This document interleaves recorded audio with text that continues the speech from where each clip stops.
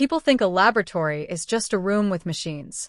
For me, it was a decade of my life, a stack of rejected grant proposals, 2 failed relationships, and more sleepless nights than I can count.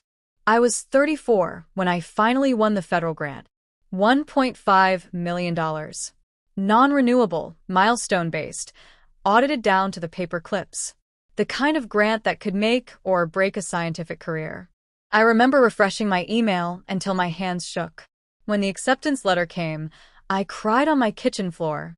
The lab was built inside a renovated industrial warehouse owned by the university, but operated under my name as principal investigator.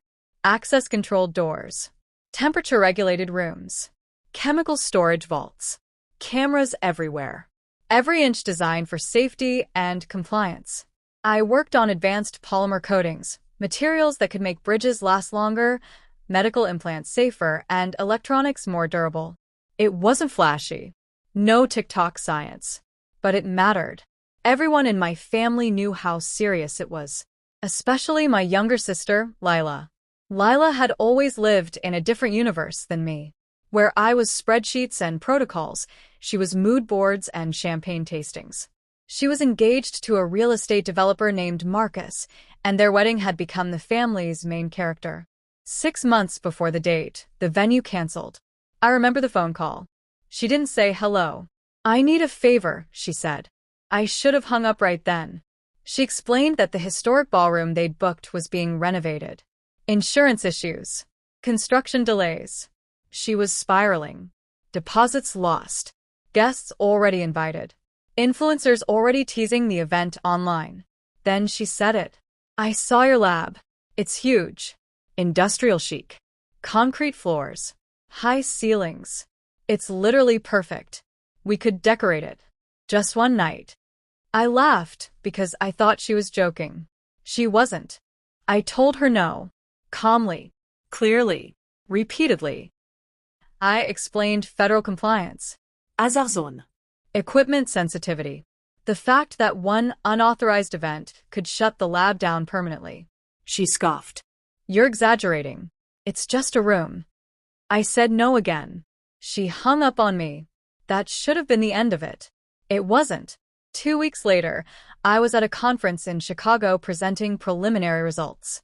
While I was standing under fluorescent lights explaining polymer adhesion curves, my sister was planning something else entirely. What I didn't know was that Marcus had a cousin who worked as a subcontractor during the lab renovation. Temporary access credentials. Old security codes that hadn't been updated yet. They told themselves it was harmless. Just one night. They hired an event planner who specialized in non-traditional luxury spaces. The planner never asked the right questions. Or maybe she did, and just didn't care. The first truck arrived at my lab at 6 a.m. on a Friday. Florals. Lighting rigs. Catering equipment. Portable dance floors. By noon, my clean research space had been transformed into a wedding venue. They covered safety labels with drapery. Rolled extension cords over hazard markings. Moved equipment to make room. Someone unplugged a climate-controlled storage unit because it was too loud. That unit contained temperature-sensitive polymer samples worth 3 years of work. The security system logged every entry, every override, every door forced open, and the cameras recorded everything. Lila posted stories all day. When life gives you obstacles, get creative ring. I was tagged in none of it. At 9:17 p.m., my phone exploded with messages. I logged that. A department administrator. Campus security. The subject line of one email read, "I watched the live stream. 300,000 people did. The wedding was beautiful. I'll give her that." Crystal chandeliers suspended from temporary rigging. White roses everywhere. A string quartet playing beneath my fume hoods. Lila walked down the aisle smiling like she'd won. Then the first alarm went off. A soft chime. Easy to ignore.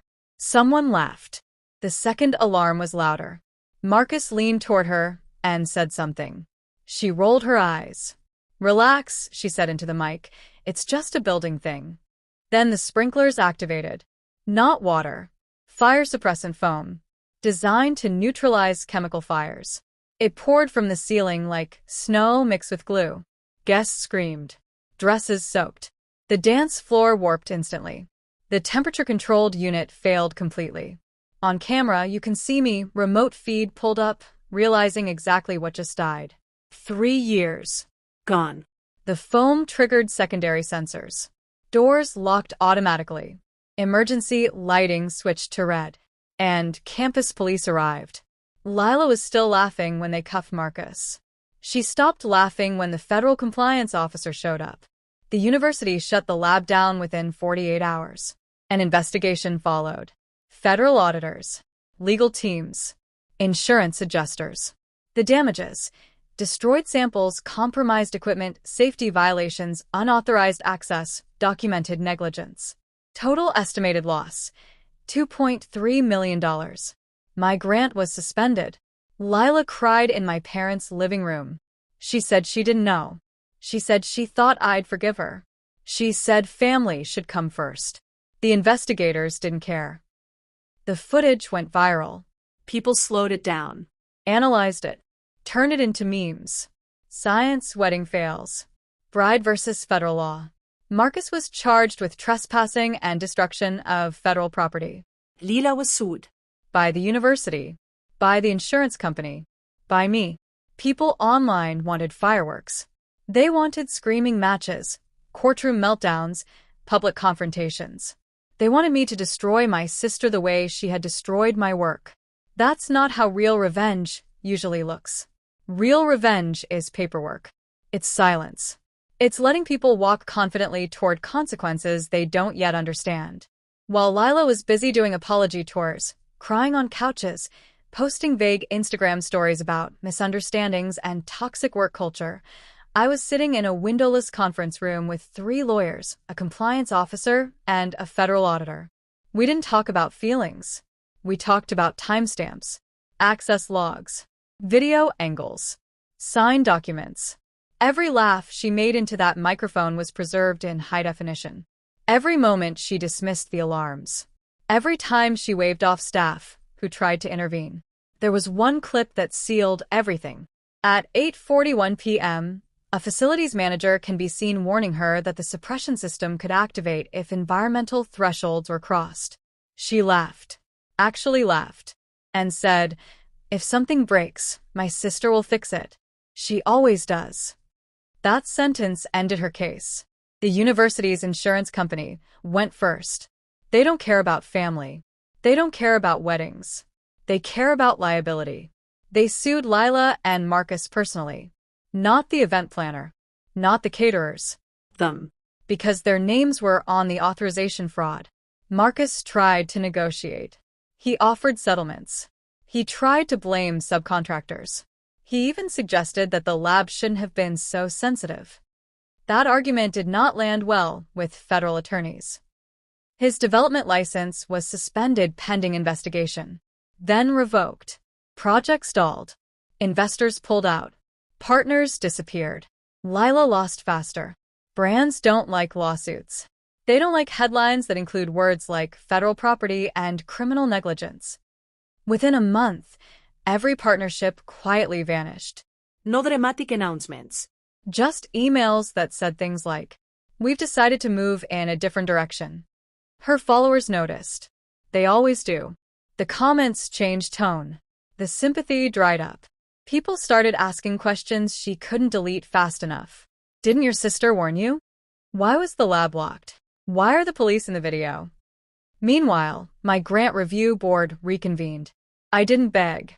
I showed them evidence. I showed them that I had refused permission, that I had documented concerns, that I had been out of state when the breach occurred. They reinstated me under probation. 6 months later, a different agency offered me a new grant, smaller, stricter, but mine.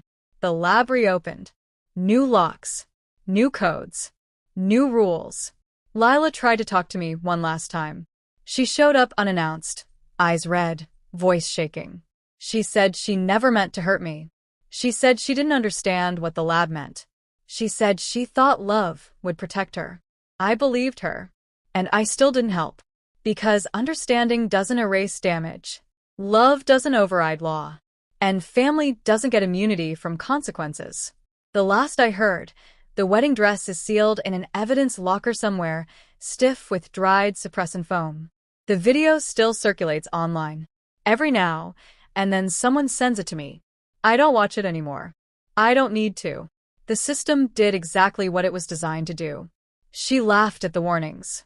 300,000 people watched. And the rest of her life answered back.